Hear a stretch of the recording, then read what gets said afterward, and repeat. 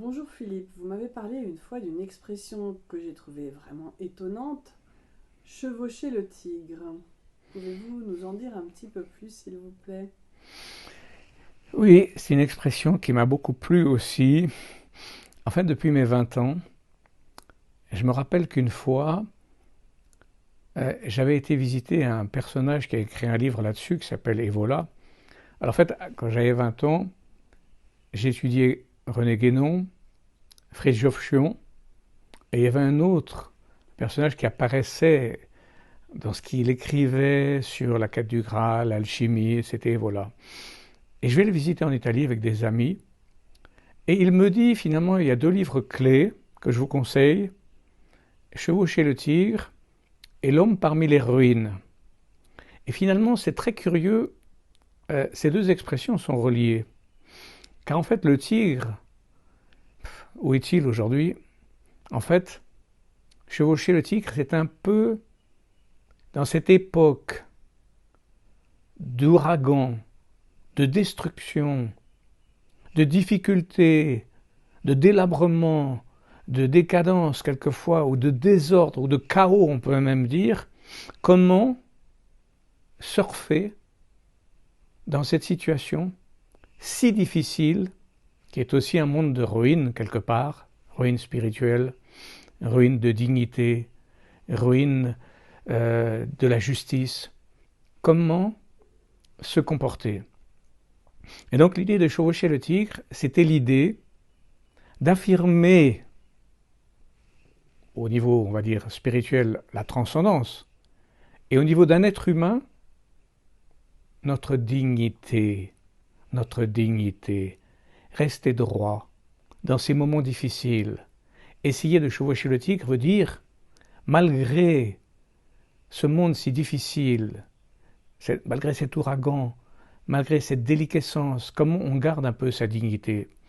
Et c'est ce que j'aimais chez des gens comme René Guénon, qui exprimaient une dignité intellectuelle formidable, et des gens comme Fridtjof Schuon aussi, dont même l'attitude physique était digne et verticale, axiale, avec en même temps cette présence du sacré et de la beauté qu'il manifestait dans son attitude, qui était une façon aussi de présenter l'écrin de la dignité par la beauté. Et au fond, cette attitude qui est...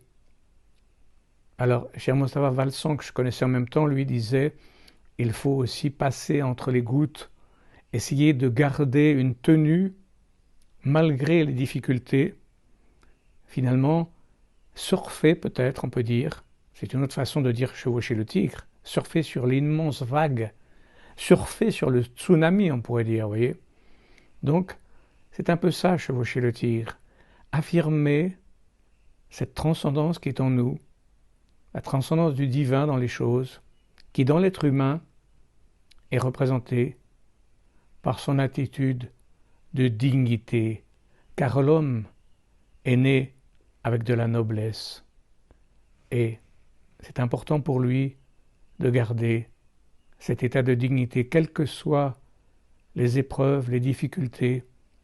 Et on connaît quelquefois nos grands-parents, quand on a le souvenir de ça, ils avaient une certaine dignité qu'on a un peu perdue aujourd'hui. Et c'est important de retrouver cette dignité finalement dans ce monde, même s'il a l'air d'être un chaos, garder tout de même une certaine tenue. D'ailleurs même dans la façon de s'habiller, dans la façon de se comporter. Avoir de la dignité, c'est garder cette part du beau, de la noblesse qui existe. Et c'est pour toutes les catégories, toutes les classes sociales. Il n'y a pas une règle pour certains et pas pour d'autres. Tout le monde est né digne.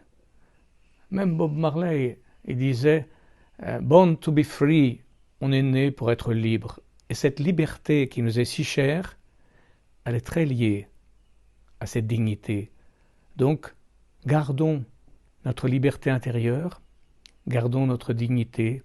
C'est une sorte d'axe spirituel qui est notre vraie identité. Et le mieux, c'est au lieu de se laisser identifier à l'extérieur des choses qui s'écroulent, de garder cette dignité intérieure, de s'identifier à cet axe intérieur qui est notre vraie identité. Voilà ce que je propose pour vous tous. Salam alaikum. Merci.